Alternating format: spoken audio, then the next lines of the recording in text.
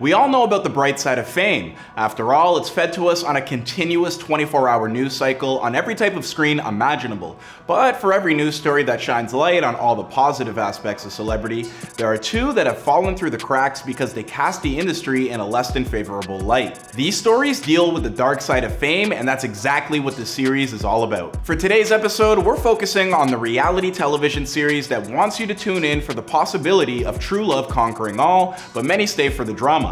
I'm talking about TLC's 90 Day Fiancé. I'm the kind of woman who likes physical affirmation, just physical stuff. It's reassuring that, he does love me. Not being able to do those things, it really sucks. It's really upsetting. On the bright side of fame, over the course of several seasons and a handful of spin-off series, this TLC juggernaut has taken the television world by storm since its debut back in 2014. Each episode generally follows an American citizen importing love with a foreign fiancé who comes to the country on a 90-day K-1 visa. The cameras then follow the couple around, looking to document their path to happily ever after, but more times than not, wind up capturing the final days of a sinking ship. You first lied to me about height, then you want to give me STD test and about mouthwash. So I'm disappointed because you always embraced me. You think I want your money, not you. I think you not love me. I'm done.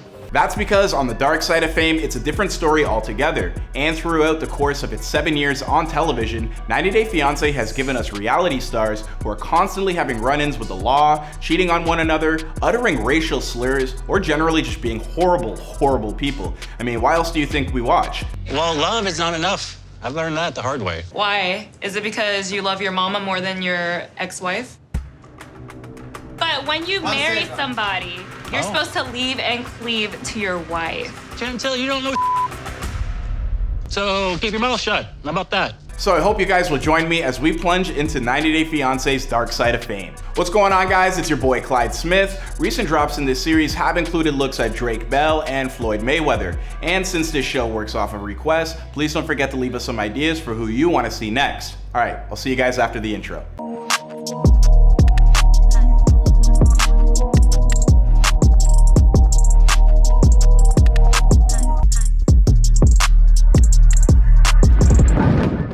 Easily one of the most dramatic contestants to ever appear on the series, Brazilian bride Larissa de Santos came to the States looking to marry Colt Johnson during the series' 6th season. Larissa! Hey! Where's my flowers? You look great. What is my flowers? No flowers, honey. I'm sorry. And while things went about as well as you could expect for a couple fast-tracking a relationship in 90 days while in front of television cameras, they didn't stay that way for long. In November of 2018, Colt took to Instagram to drop a pretty big bombshell. It turns out that Larissa had been arrested after they got into an argument where he had attempted to deactivate her phone. The situation escalated when Larissa posted a plea for help on her own social media page, which was quickly followed up by the police visiting her home. Colt was handcuffed upon their arrival, but after having further discussion with the couple, it was Larissa who was ultimately arrested. At the time, Colt declined to press charges, and boy, you're better than me because I would have locked her up. But in January of 2019, Larissa would find herself arrested yet again after another argument with Colt. This time when the police arrived to check in on them, they found that Colt had a swollen lip and bleeding gums. I mean, looking like a smoking gun. When officers questioned Larissa, she claimed that Colt had abused her, despite all the evidence to the contrary. The last couple of days have been hell. Larissa was arrested for the 2nd time for domestic violence. And finally, this morning, she was released from jail. I want Larissa home. Regardless of what happened between us, I don't want Larissa in jail. The officers didn't fall for that story and ended up taking her into custody where she was held on $3,000 bail. Days later, Colt would finally file for divorce from Larissa. I mean, it took you long enough. The girl gave you a swollen lip and bleeding gums. I mean, man. Angela Deem and her Nigerian boyfriend Michael were originally a part of season 2 and 3 before 90 Days, where things started off just about as well as you could expect.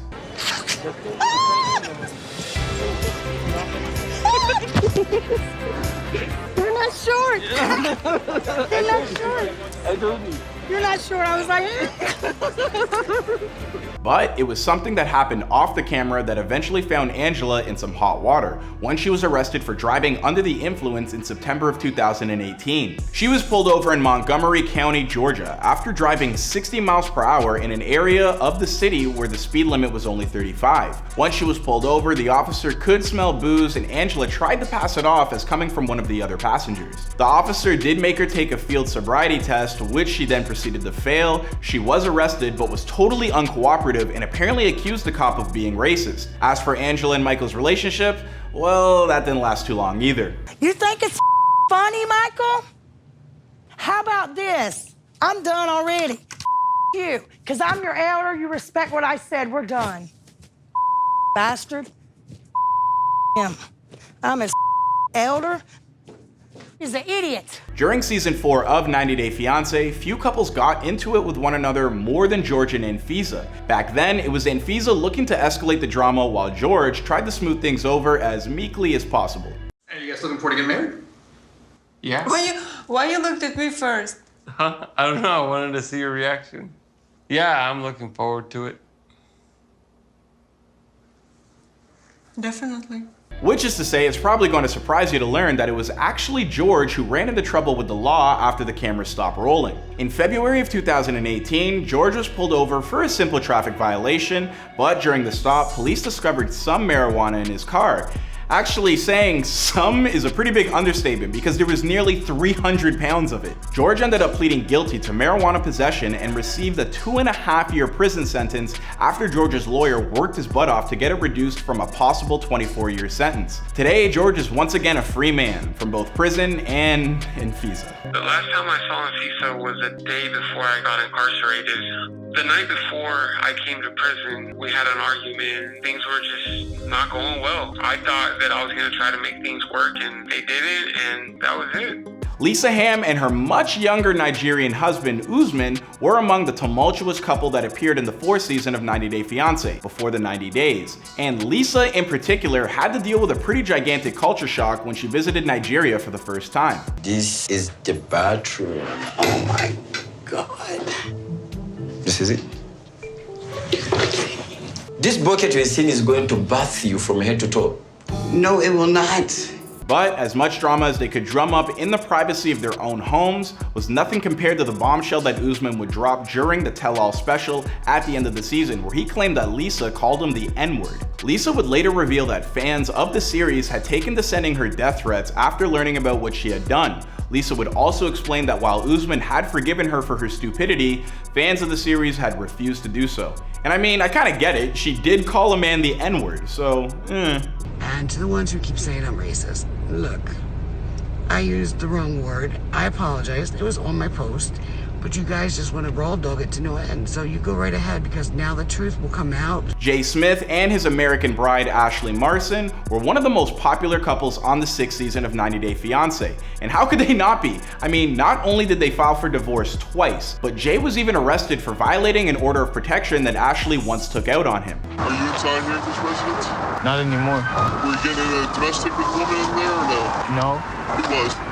No one was.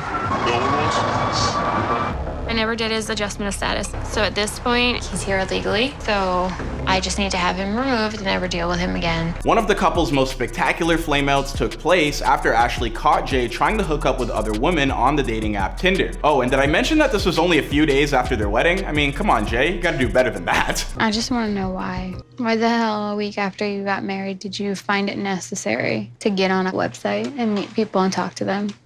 Why? I told you nothing mean nothing to me. While this became one of the most talked about moments of the season, Jay would later explain that the incident had been fabricated to drum up drama for the cameras. He told In Touch Weekly, it was staged because without drama, you don't have a show. By the way, this is far from the only time that former contestants have suggested that TLC likes to drum up storylines for their series.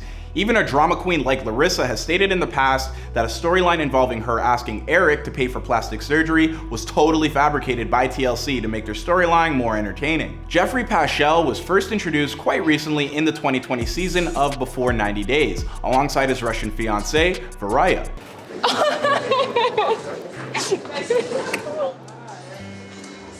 Finally. Oh. But it was headlines about Geoffrey's past that would really get people talking. The Knoxville News Centennial uncovered a January 2020 court appearance that Geoffrey had following a 2019 arrest in which he was charged for aggravated kidnapping, domestic assault, interference with emergency calls, and vandalism. I mean, I think this is something that you'd bring up on a first date. Am I wrong? I'm not proud of my past. I'm not. But it is my past. And I have to accept it. I just hope that she will. At the time, his then girlfriend called the police after he repeatedly bashed and slammed her head against a hardwood floor and then threw her around into the walls and nearby furniture. Even further atrocities were brought to light after someone got their hands on one of his 4 ex-wives' divorce filings, which included accusations of repeated and threatening her life. I mean, lock this guy up right now. This guy sounds like a menace. Furthermore, Geoffrey was also accused of selling opiate medication and using his own children as a cover or a mule in his illegal activities, because which he eventually spent 30 months in prison for. Yeesh. Something tells me that Geoffrey is never getting a call back for the reunion special. And rightfully so, this dude is a horrible human being. The most recent scandal to rock the franchise, the Otherway star Jihoon Lee has been accused by his estranged wife, Devon Clegg, of child abuse.